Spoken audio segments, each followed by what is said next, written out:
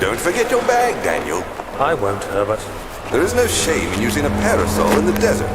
As it happens, it's imperative to your survival. But it looks ridiculous. The shame will hurt much less than dying, I assure you.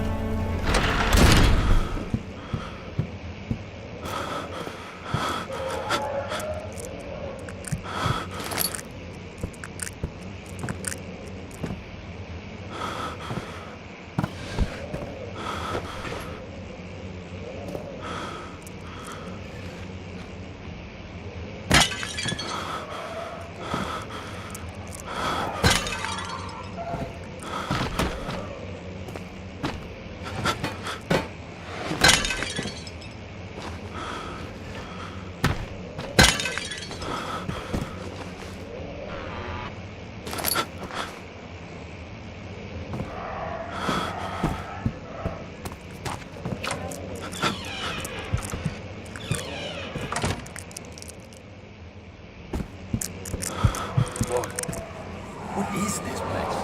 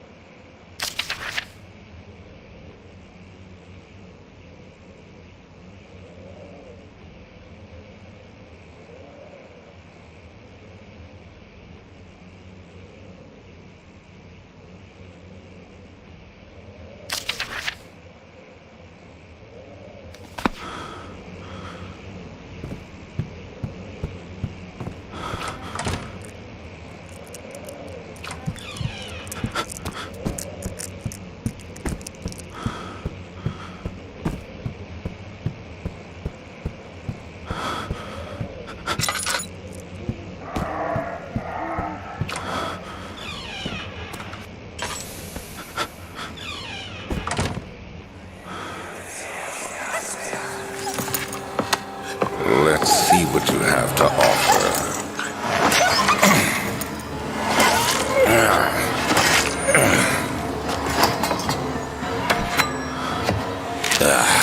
What a mess.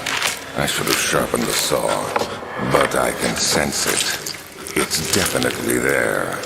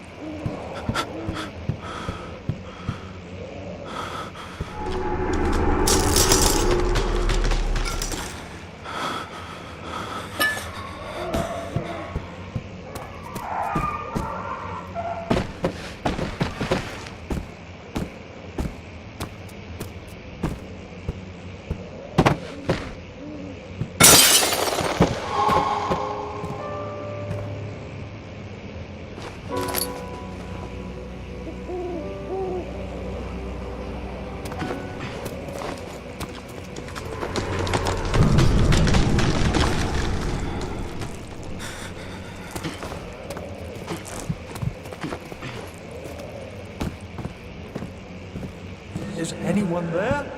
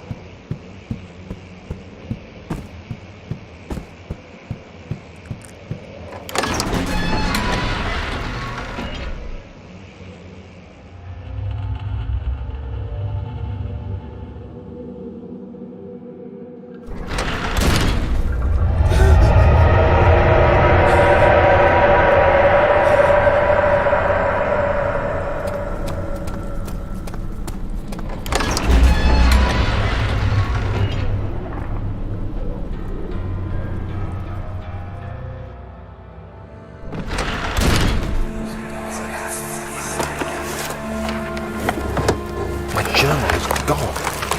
What would they want with my journal?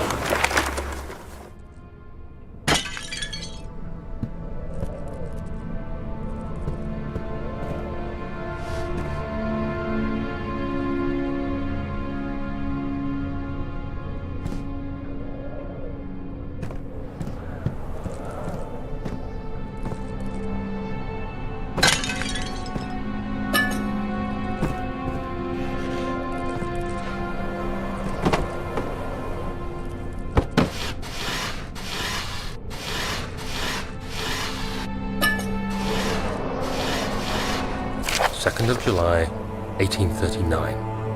I received a letter today from the Algerian governor's office disclosing the fate of Herbert's expedition. About a week after my departure, Abdullah, one of the men traveling with us, returned from the desert.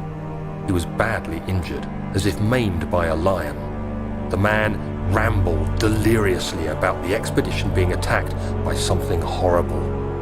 The French quickly dispatched a search party to look for the expedition. After searching for days, they found the camp abandoned without any trace of Herbert or his men. Tomorrow, I'll retrieve the things they recovered from Herbert's tent at the customs house. I don't know what to make of it, but I'm worried for him.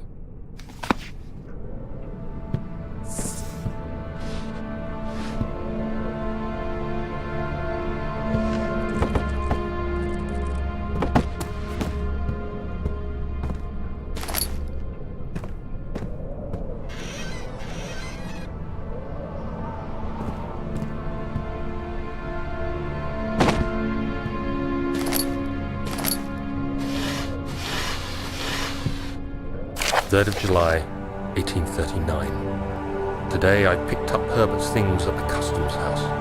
I dug through the trove of documents he had carried and found a log, date May 17th, the day I was trapped inside the orb chamber. Herbert dryly states, "Recovered Daniel after 1 hour of entrapment."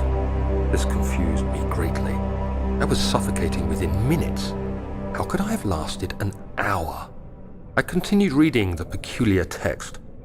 Herbert states his facts without judgment or passion, but suddenly I could read frustration into his text. He pushed his men to investigate the underground tomb, an effort which seems to have strained the minds of his men. Madness spread through the ranks, and Herbert had to take some extreme measures to continue. He finally visits the chamber himself, where he retrieves the orb to the surface. His account confuses me greatly. If he has the orb, what are those pieces in my drawing room?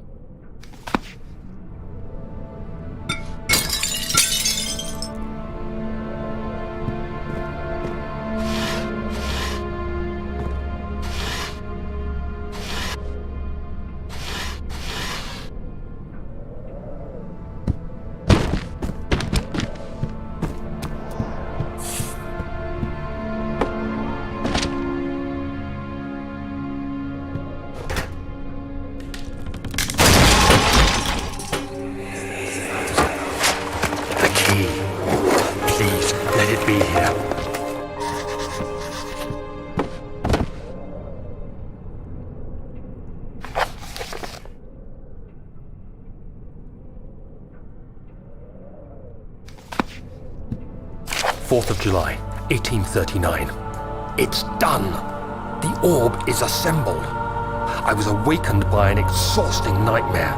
Shaking and sweating, I retired to the drawing room with a cup of tea. The relic pieces lay spread across the table as I'd left them, but somehow I knew how it was supposed to be. I fetched the tar, which I had prepared to fix the pieces together, and without fault I joined them, producing the orb I remembered so clearly. The tar proved unnecessary. It was pushed out from the joining pieces as they merged on their own, with no adhesive.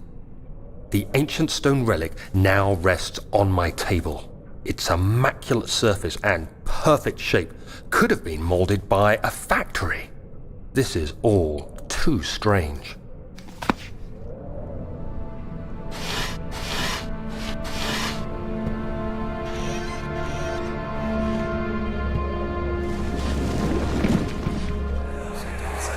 Oh, thank God, there it is.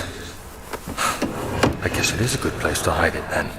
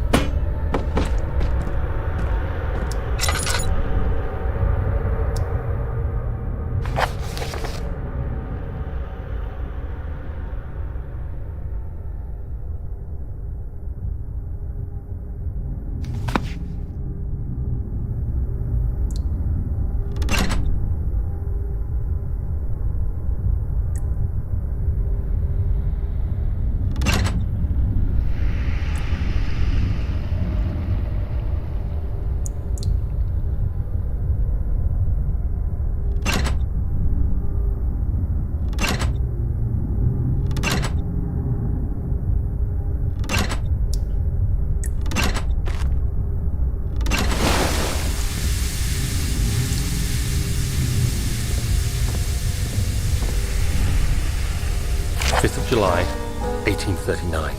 Today I went to the university looking for answers. I was able to sneak into Herbert's office and pick up an address book along with some relevant textbooks. Professor Taylor at the Faculty of History was very helpful, and I managed to approach the subject of the orbs. The most interesting aspect was the prevalent trace they had left in our culture. The mythic orbs may, in fact, have inspired the globus cruciger, which so many royal regalia holds to this day. In ancient times, the orbs were held by priests as a symbol of the sun and its power. As I was leaving, I overheard a disturbing conversation. Sir William Smith, the geologist, was killed last night. Less than a fortnight had passed since I'd asked for his expertise. I know it's silly, but I can't help feeling responsible somehow.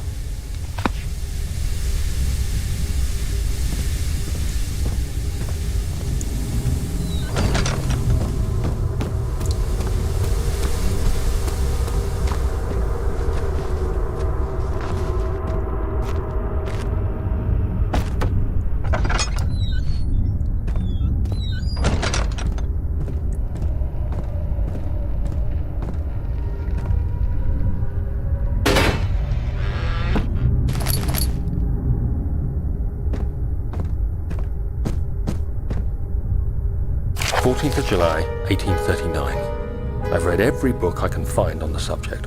While rich in legend and hearsay, my knowledge is lack for the insight I crave. I've sent letters to many in Herbert's address book and received answers of varying importance. Today, I got one which differed greatly from the others. From a baron in Prussia. He said nothing about the quaint stories of priests in underground temples. He didn't even mention them. He simply wrote, "I know. I can protect you. Come to Brennenburg Castle. Signed, Alexander." What am I to make of this? Protect me from what? Is someone after me? I looked up Brennenburg and traced it to the Prussian woods near the Baltic Sea.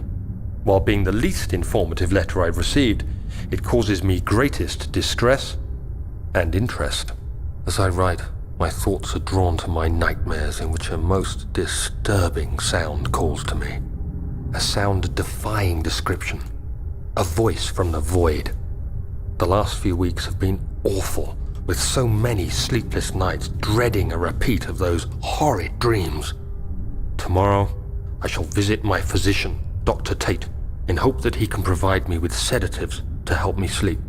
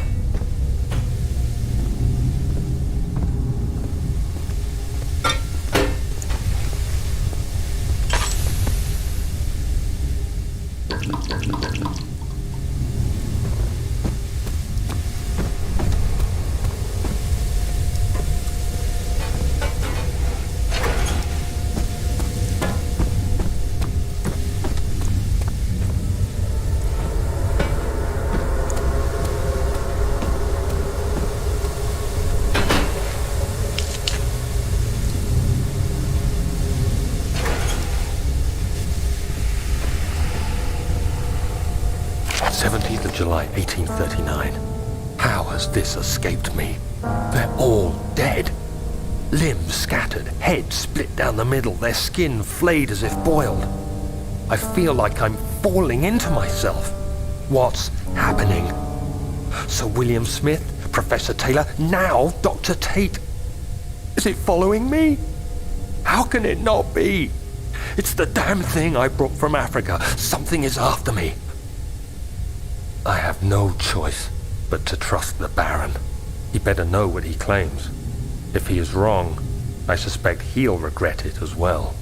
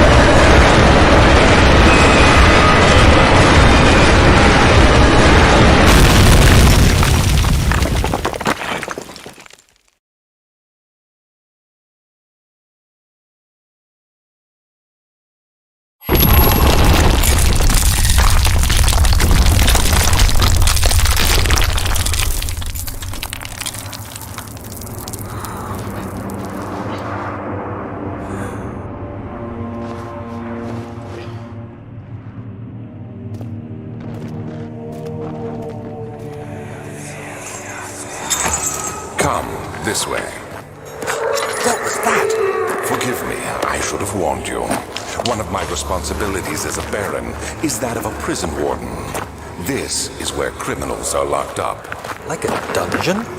Very much so. Come, don't linger.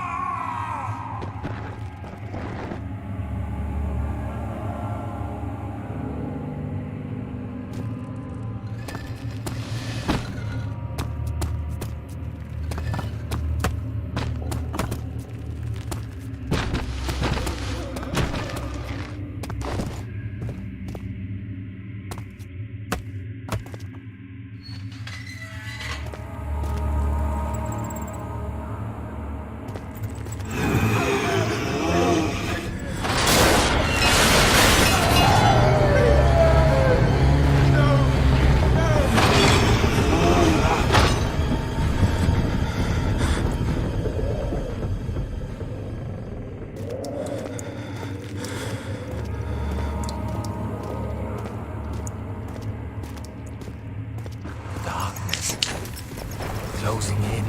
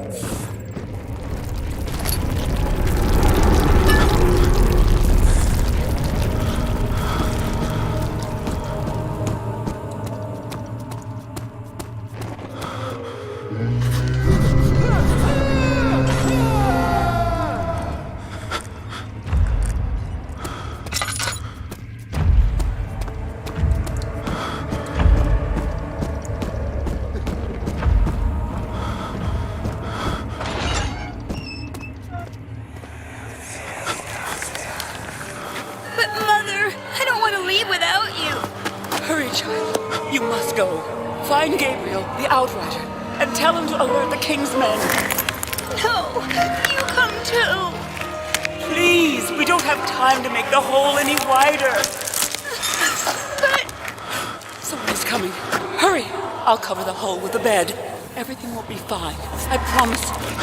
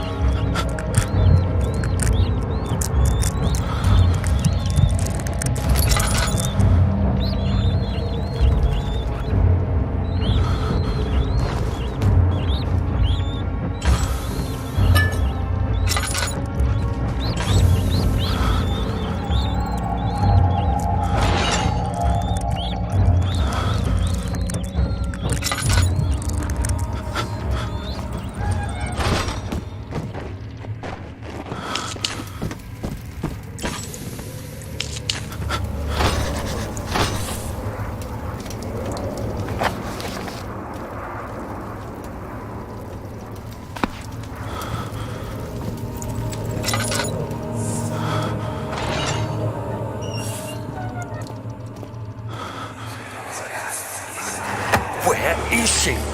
Where did she go? No! I won't tell! I'll never tell you! You're just making things worse. Look, this is no place for a young girl all by herself. She could be hurt or worse. There's no telling what horrors await down there.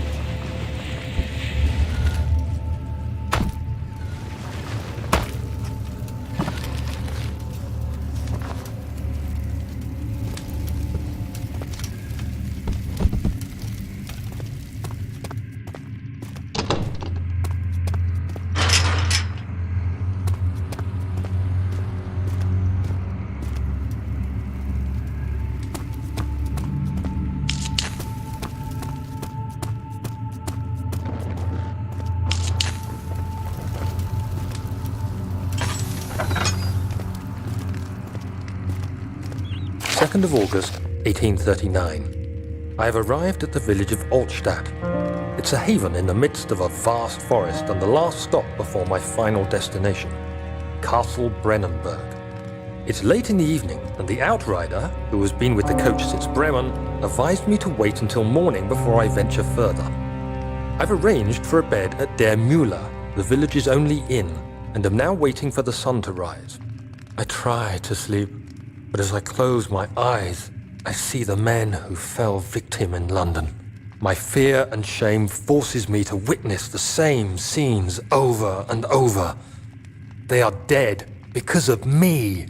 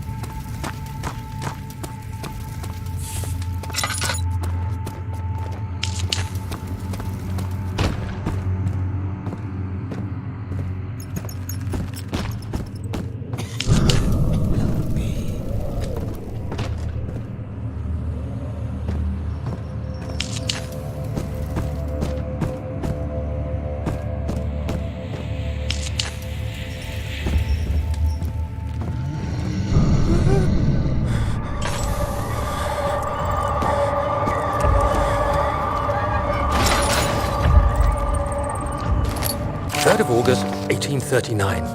I feel like I have fled the world and all its worries. Brennenburg is a majestic creation perched upon a forest-clad hill with towers reaching well above even the highest pine trees. Following the winding road leading to the gates gives the impression of discovering something forgotten, as if journeying with Marco Polo to the hidden Xanadu. Alexander, the Baron, is a peculiar but gracious man. He seems well versed in worldly matters and is not at all as eccentric as I assumed. My room is exquisite, and I'm confident that no hotel for miles could even hope to match it.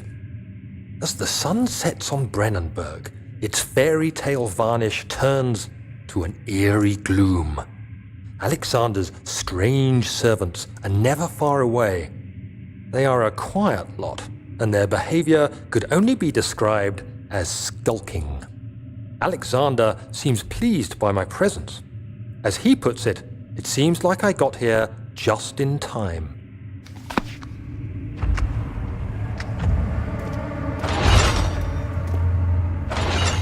Is he safe?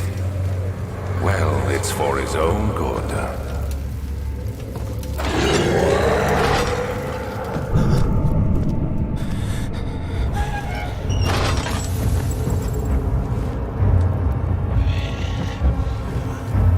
Soon it will be ready. Let there be enough time.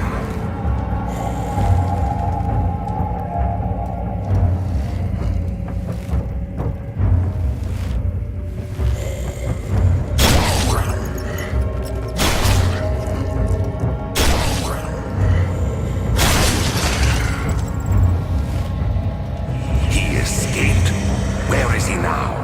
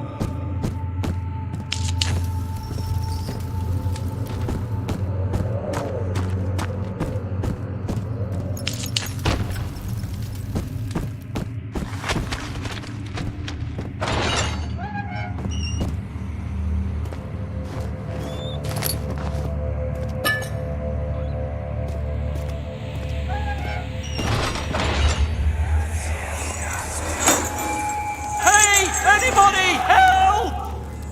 Christ, I don't believe this. Why? I mean, why? What did I do to deserve this? I mean, it can't be. Do I deserve this? It wasn't my fault. Why did he have to go in there? Don't go into burning houses. He should have known better.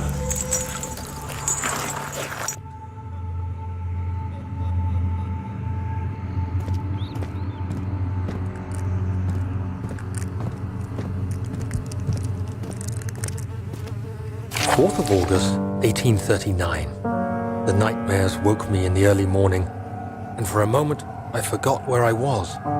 Shortly after, there was a knock on my door. Alexander had heard my screams and asked me to join him in the parlor. As we drank our tea, Alexander began to tell me what he knew. It seems like the orb I found casts a long and dark shadow. It's not only a powerful item, but a dangerous one. Simply by touching it, you invoke the powers within, and if you are too weak to control it, it will devour you.